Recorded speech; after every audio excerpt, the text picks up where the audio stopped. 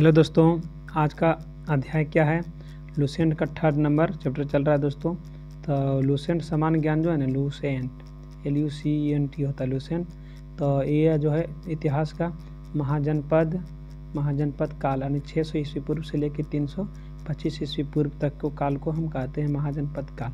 ठीक है, तो इसी का हम पूरा लेसन करवाते हैं दोस्तों। तो इधर आते हैं, नंबर 1 से क्वेश्चन स्टार्ट करते हैं। रिवाइजिंग के साथ साथ आपको प्रैक्टिस, मेरा भी प्रैक्टिस हो जाएगा और आप ही की तरह हम एक स्टूडेंट भी हैं। ये प्रैक्टिस के लिए ही बनाए गए चैनल है। ठीक है, तो देखिए क्या होता है दोस्तों कि आपका बोला जाता है कि मिलान करना है तो गंधार काल जो है दोस्तों, तो इसमें मिलान करना है कि गंधार काल गंधार किसके साथ मिलेगा? तो तक्षशिला के साथ मिलेगा। गंधार जो है ना महाजनपद तक्षशिला के साथ। गंधार की राजधानी कहाँ थी? तो तक्षशिला। गंधार की राजधानी कहाँ थी? तो तक्षशिला। और उसके बाद देखिए सुरसेन की राजधानी कहाँ थी दोस्तों? तो सुरसेन की राजधानी मथुरा था। सुरसेन की राजधानी मथुरा था। फिर देखिए वत्स की राजधानी क्या था? वत्स की राजधानी कौशाम्बी। वत्स की राजधानी कौशाम्बी था। कौशल की राजधानी श्रावस्ती। कौशल की राजधानी श्रावस्ती। तो इस तरह से आपको याद करना है कि गंधार की राजधानी तक्षशिला था। ठीक है, सुरसेन की राजधानी मथुरा था। वत्स की राजधानी कौशाम्बी था। ठीक है, वत्स की राजधानी कौशाम्बी था। कौशल की राजधानी श्रावस्ती था। 1 नंबर। 2 नंबर में बोल रहा है, क्या बोल रहा है दोस्तों कि हर्यक वंश के किस शासक को कुनिक कहा जाता था? तो हर्यक वंश के किस शासक को कुनिक कहा जाता था? तो अजातशत्रु को कुनिक कहा जाता था। किस शासक ने गंगा एवं सोन नदियों के संगम पर पाटलिपुत्र नामक नगर की स्थापना की थी? तो किस शासक ने गंगा एवं सोन नदियों के संगम पर पाटलिपुत्र नामक नगर की स्थापना की? तो उदयीन था। ऐसे इस तरह से लिखा हुआ, उदयीन लिखा हुआ है। ठीक है, उदयीन लिखा हुआ है। ठीक है, तो उदयीन थे। तो फिर देखिए शिशुनाग वंश का हुआ कौन सा शासक था जिसके समय में वैशाली में द्वितीय बौद्ध संगीति का आयोजन किया गया? उसे काकबर्न के नाम से भी जाना जाता है। तो देखिए बोल रहा है कि शिशुनाग वंश का हुआ कौन सा शासक था जिसके समय में वैशाली में द्वितीय बौद्ध संगीति का आयोजन किया गया? उसे काकबर्न के नाम से भी जाना जाता है। तो काला शोक को जाना जाता है। 327 ईस्वी पूर्व में सिकंदर महान की मृत्यु हुई थी। 327 ईस्वी पूर्व में सिकंदर महान की मृत्यु हुई तो कहाँ हुई थी? तो बेबीलोन में सिकंदर की मृत्यु हुई थी। सिकंदर का मानना था कि हम पूरे विश्व पर अधिकार करेंगे, पूरे विश्व का मालिक बनेंगे। ठीक है, ये देखिए नेक्स्ट क्वेश्चन क्या है? 6 नंबर में है सिकंदर महान एवं पोरस पूर्व की सेनाओं ने निम्नलिखित में से किस नदी के आमने सामने वाले तटों पर पड़ाव डाला हुआ था? झेलम नदी। किस प्रकार का मृदबांड यानी पोट्री भारत में द्वितीय नगरीकरण यानी शहरीकरण के प्रारंभ का प्रतीक माना गया? तो उत्तरी काले पोलिसकृत बर्तन। ठीक है, फिर देखिए इधर हो जाएगा। देखिए यहाँ पे क्या है दोस्तों, 8 नंबर का क्वेश्चन में बोल रहा है कि पाली ग्रंथों में गांव के मुखिया को क्या कहा जाता था? तो गांव के मुखिया को भोजक या ग्राम भोजक कहा जाता था। कहा जाता था। ठीक है, उज्जैन का प्राचीन नाम क्या था? तो अवंतिका। उज्जैन का प्राचीन नाम था अवंतिका। तो उज्जैन का प्राचीन नाम क्या था दोस्तों? तो अवंतिका था। उज्जैन का प्राचीन नाम था अवंतिका। ठीक है, उसके बाद देखिए नंद वंश का संस्थापक कौन था? तो महापद्नंद था। नंद वंश का संस्थापक महापद्नंद था। ठीक है, फिर देखिए 11 नंबर में ग्रीक यूनानी लेखकों द्वारा किसे अग्रमिज यानी जेंड्रिन नामक कहा गया? तो घननंद को कहा गया। प्राचीन भारत में पहला विदेशी आक्रमण किनके द्वारा किया गया? तो ईरानियों के द्वारा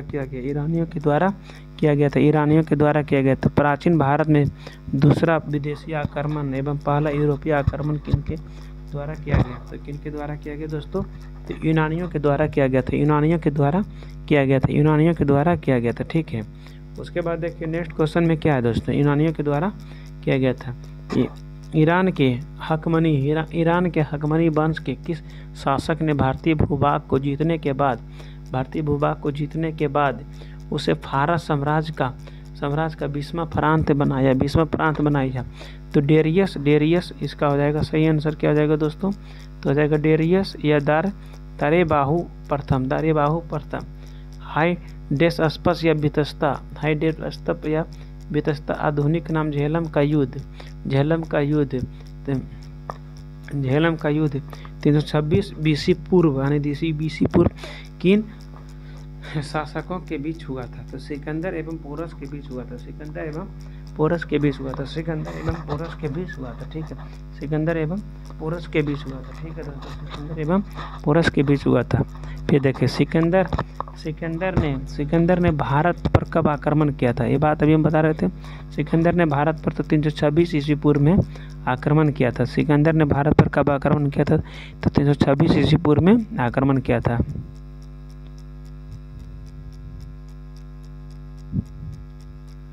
और इस क्वेश्चन का सही आंसर जो है दोस्तों यहाँ दिया गया है 1 2 4 3 दिया गया है। 1 2 4 3 पहले आपको मिला नहीं कर देते हैं। 1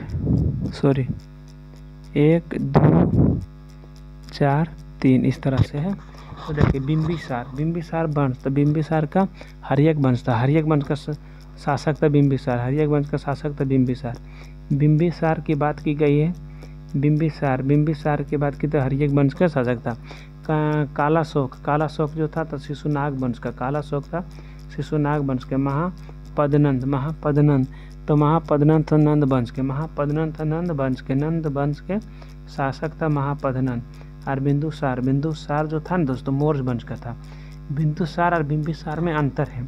ठीक है, ना समझिएगा दोनों एक ही है, दोनों में अंतर है।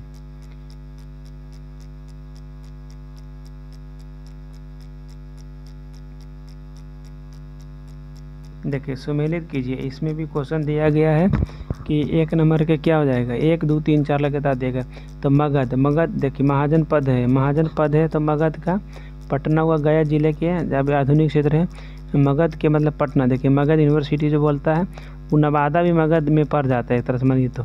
नवादा जो बिहार में है उसके लिए। और देखिए वत्स जो है इलाहाबाद कौशलाबाद में, कौशल जो है इलाहाबाद में। ठीक है दोस्तों, तो कौशलाबाद में है। तो कौशलाबाद में अवंती जो है ना मालवा अवंती मालवा है। ठीक है, और ऊपर देखिए मगध की प्रथम राजधानी कौन सी थी? तो मगध की प्रथम राजधानी जो थी ना आपका जो था गिरिब्रज था। मगध की प्रथम राजधानी गिरिब्रज था। ठीक है, गिरिब्रज था। मगध की प्रथम राजधानी गिरिब्रज या राजगीर जिसको कहते हैं। मगध की प्रथम राजधानी की बात की गई तो गिरिब्रज या राजगीर कहा गया है। मगध की प्रथम राजधानी गिरिब्रज या राजगीर कहा गया। फिर देखिए किस शासक द्वारा सर्वप्रथम पाटलिपुत्र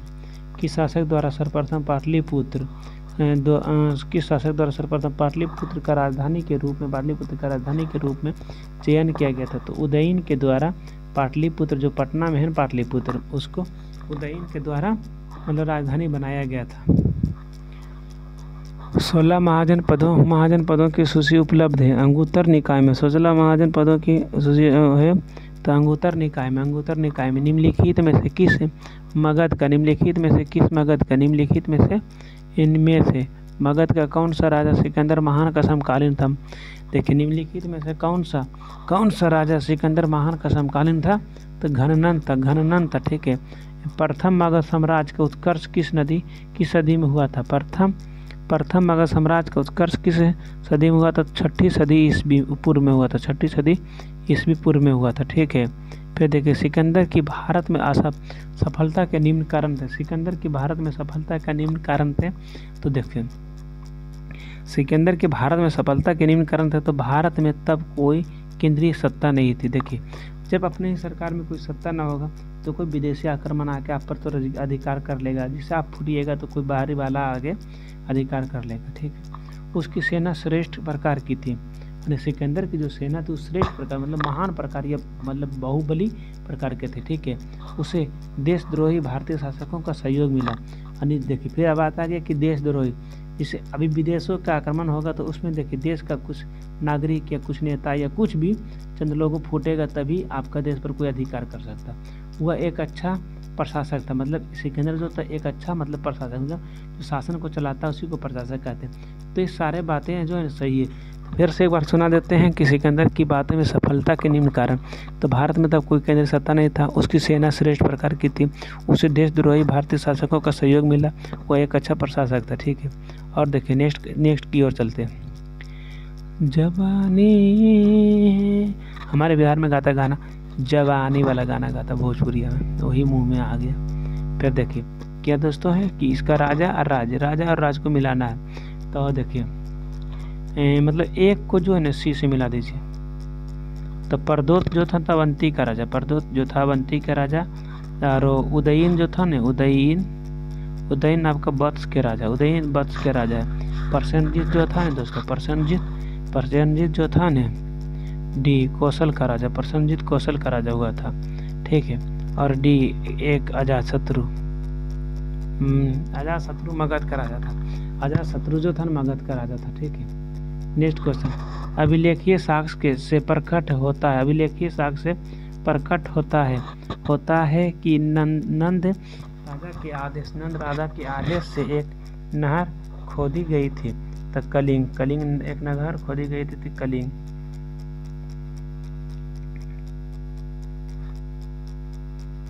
पहला ईरानी शासक कौन था दोस्तों? तो पहला ईरानी शासक कौन था? कभी कभी मेरा फोटो भी देखने को मिल जाएगा। पहला ईरानी शासक था तो डेरियस था, पहला ईरानी शासक था तो डेरियस हुआ था, ठीक है। मगध के राजा अजातशत्रु का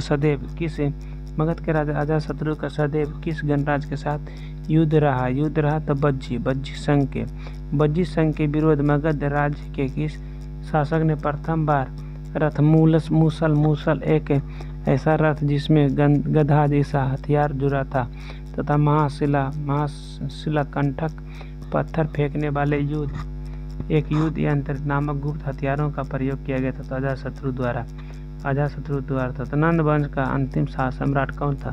तो नंद वंश का अंतिम सम्राट था तो घननंद था। भारत में सिक्कों मुद्राओं का प्रचलन कब हुआ था? 600 ईस्वी पूर्व में हुआ था। भारत में सिक्कों मुद्राओं का प्रचलन 600 ईस्वी पूर्व में हुआ था। निम्न राजाओं पर विचार कीजिए।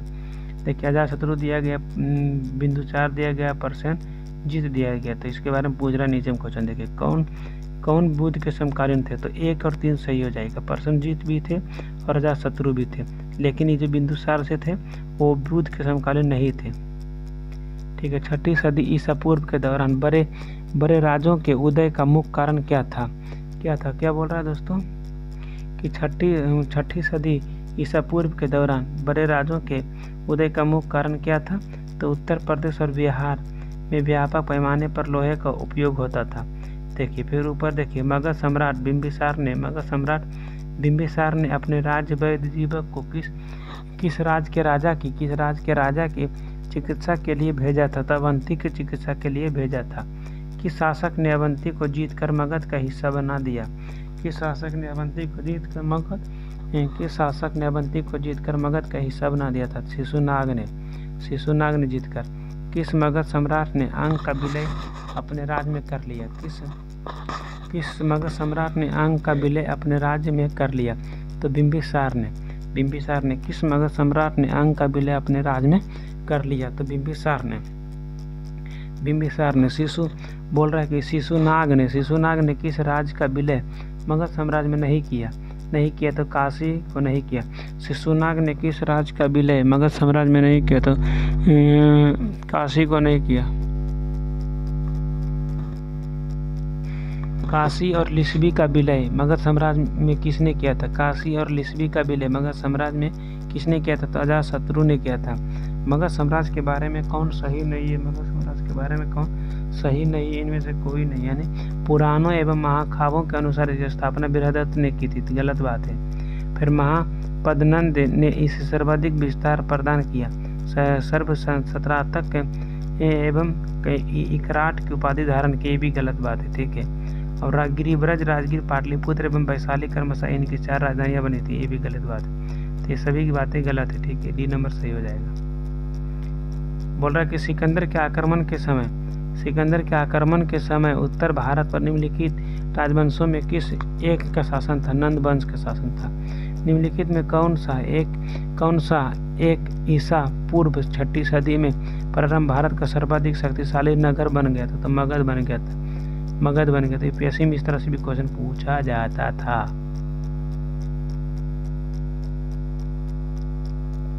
इसमें बहुत कम ही क्वेश्चन है दोस्तों, इसको करवा ही दिया जाए। बोल रहा है कि निम्नलिखित में से कौन से भारत पर ईरानी आक्रमण के प्रभाव के रूप में माना जाता है? ईरानी आक्रमण के प्रभाव के रूप में माना जाता है सभी।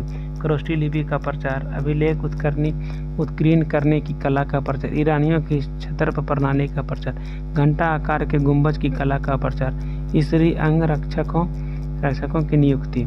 निम्न में से कौन सा एक सिकंदर के आक्रमण का प्रभाव नहीं था? सिकंदर का आक्रमण का प्रभाव नहीं था तो उसने भारत को यूनान की रियासत बनाया। निम्नलिखित में से किस राज्य में गणतंत्रात्मक शासन व्यवस्था नहीं थी?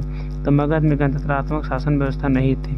निम्नलिखित में से किसे सेनिया नियमित और अस्थायी सेना रखने वाले कहा जाता था? बिंबिसार को कहा जाता था। निम्नलिखित में से किसे उग्रसेन यानी भयानक सेना का स्वामी कहा जाता है?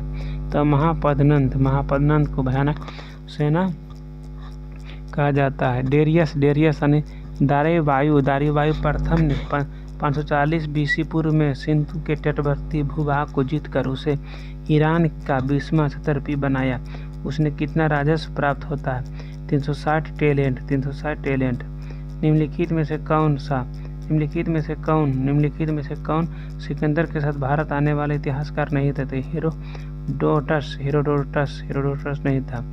तो बाकी था एनासिक्रिट्स था, एरिस्टोबुलस था, नियार्कस था। महाजन पद काल में श्रेणियों के संचालक को कहा जाता है श्रेष्ठिन। महाजन पद में श्रेणियों के संचालक को कहा जाता है श्रेष्ठिन। गिरिपति का अर्थ क्या होता है? धनिक किसान। गिरिपति का अर्थ होता है धनिक किसान। निम्नलिखित प्रथम एक को प्रथम दो से मिलान करें। तो बोल रहा है दोस्तों यहाँ पे क्या देखिए, अष्टकूलक होता है परामर्शीय संस्था, ठीक है। महामात्र उच्च कोटि के अधिकारी, बड़े साधक, किसानों से कर वसूलने वाला अधिकारी, सोलकिक या शुल्काध्यक्ष, शिल्पियों व व्यापारियों से शुल्क के चुंगी वसूलने वाले को कहा जाता है। देखिए, मगध के किस प्रारंभिक शासक के राज्यारोहण के लिए अपने पिता की हत्या एवं इसी कारणवश अपने पुत्र द्वारा मारा गया था? तो अजातशत्रु पुत्र। विश्व का पहला गणतंत्र वैशाली किसके द्वारा स्थापित किया गया था? तो लिच्छवी के द्वारा 48 से लेकर 52 बीपीएससी 2008 में भी पूछा गया था, ठीक है। यानी विश्व का पहला गणतंत्र वैशाली में किसके द्वारा स्थापित किया गया? तो लिच्छवी के द्वारा। इसमें क्या बोल रहा है दोस्तों, मिलान करना है। यहाँ है महाजनपद और वहाँ है राजधानी। तो देखिए, कुरु की राजधानी कहाँ था? तो इंद्रप्रस्थ था, ठीक है। और उसके बाद देखिए दो के तीन है तो पंचाला के ऐस्त्रा था। और कौशल का जो था ना दोस्तों 1 नंबर हो जाएगा। साकेत था। और उसके बाद वत्स के था कौशाम्बी, ठीक है। इस तरह से मिला। निम्न में से कौन एक बौद्ध ग्रंथ 16 महाजनपदों का उल्लेख करता है? तो अंगुत्तर निकाय करता है। निम्नलिखित में से कौन एक मगध साम्राज्य की राजधानी नहीं था? तो कौशाम्बी मगध साम्राज्य की राजधानी नहीं था, ठीक है दोस्तों। आज यहीं तक, मिलते हैं नेक्स्ट वीडियो के साथ। आपका भाई बलवीर कुमार, जम्मू जिला, बिहार।